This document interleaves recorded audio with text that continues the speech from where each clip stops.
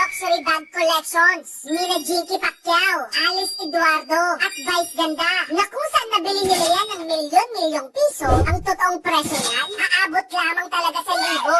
Yan ang expose na nangyari lang lately. Dahil kaya pala mahal ang mga Louis Vuitton, Gucci, Chanel at Hermes ay dahil sa logo lang. At ang naglabas ng expose na ito, isang TikTok user mula sa China. At dahil dyan, halos gumuho ang 22 trillion luxury market sa buong mundo. Naku, kumapit ka. Dahil aalamin natin ang buong kwento kung paano binunyag ng China ang sikreto ng luxury brands.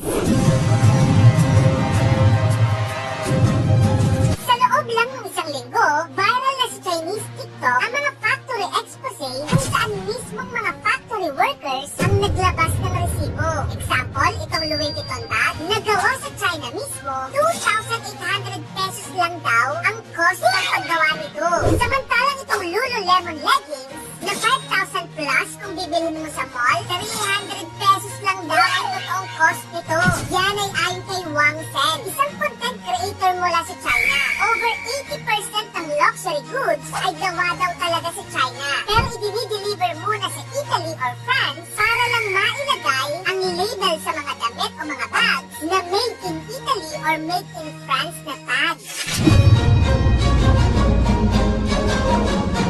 Iisa raw ang makina, iisa ang tela, iisa ang factory na tumatahi. Ang pinagkaiba, yung isa may logo ng Hermes, Gucci at Chanel at yung isa naman OEM or no brand pero pareho ng factory. Imaginin mo to, yung isang Hermes Birkin bag na ibinebenta ng 2.2 million pesos kada isang piraso pero ang production cost nito 80,000 pesos lang. Samantalang itong Louis Vuitton Speedy na mabibili mo sa 100,000 plus na presyo, 4,000 pesos lang daw talaga ang cost ng paggawa nito. Grabe, di ba?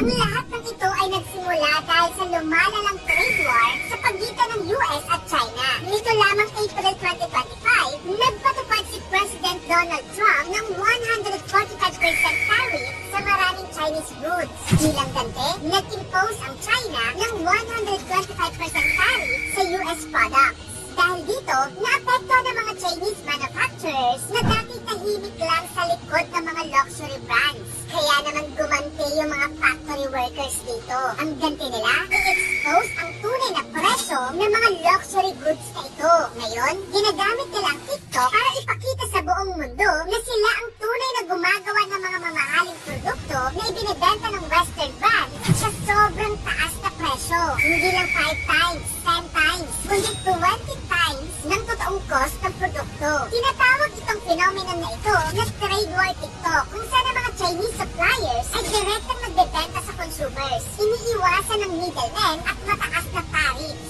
Kaya naman usong-uso ngayon sa TikTok na bumili doon ng mga Hermes, Louis Vuitton, Chanel at iba pang mga luxury brands na mga bags at damit sa sobrang babang presyo. Pati dito sa Pilipinas, maraming Pinoy na ang nakabili ng mga luxury products na aabot lamang sa 5 to 10,000 pesos ang binayaran nila. Sa panahon ngayon, hindi na uso ang nagpapabudol sa logo. Ang tunay na luxury ay yung may alam ka at hindi ka nagpapaloko sa marketing. Kaya next time na may mag-flex ng designer bag, hindi na natin maiwasan isipin, magkano ba talaga yan? Kung beto pa na magandang pang-klaseng content, ipalo mo na ako. Yun